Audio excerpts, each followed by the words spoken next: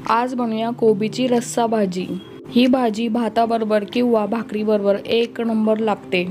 आणि हो, जर तोंडाला चव नसेल तर एकदा नक्की करून बघा।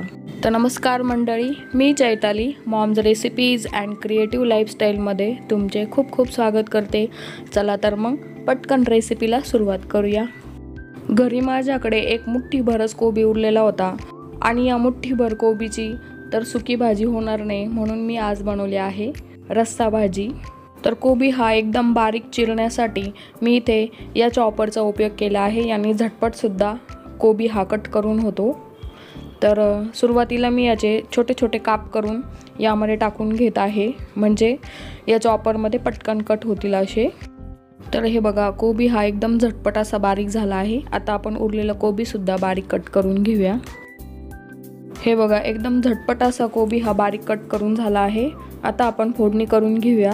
त्यासाठी एका पातेल्यामध्ये मी 2 पळी तेल घालून घेत आहे।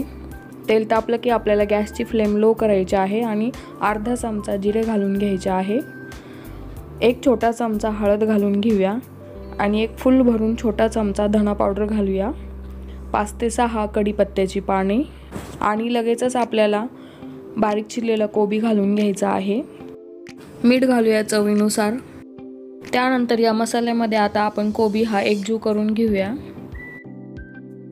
आणि यामध्ये मी कोबी शिजण्यासाठी अर्धा ग्लास पाणी घालून घेत आहे।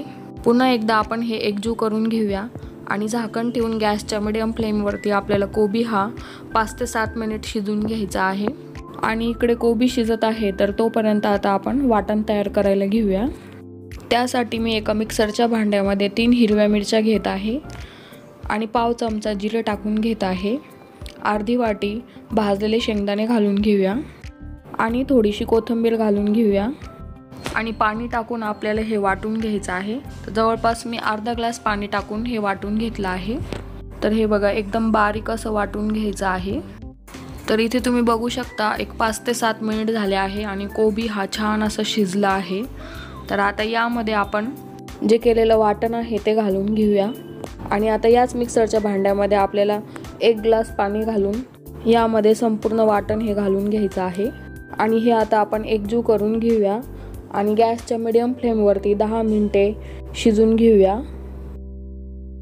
आणि हो, मध्ये मध्ये आपल्याला एकदा दोनदा चमच्याने हे ढवळून घ्यायचं आहे।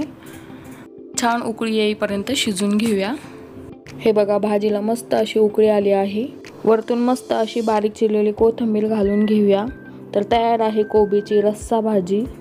तुम्ही ही रेसिपी एकदा नक्की करून बघा आणि हो, भाकरी आणि भातासोबत तर नक्कीच ट्राय करा।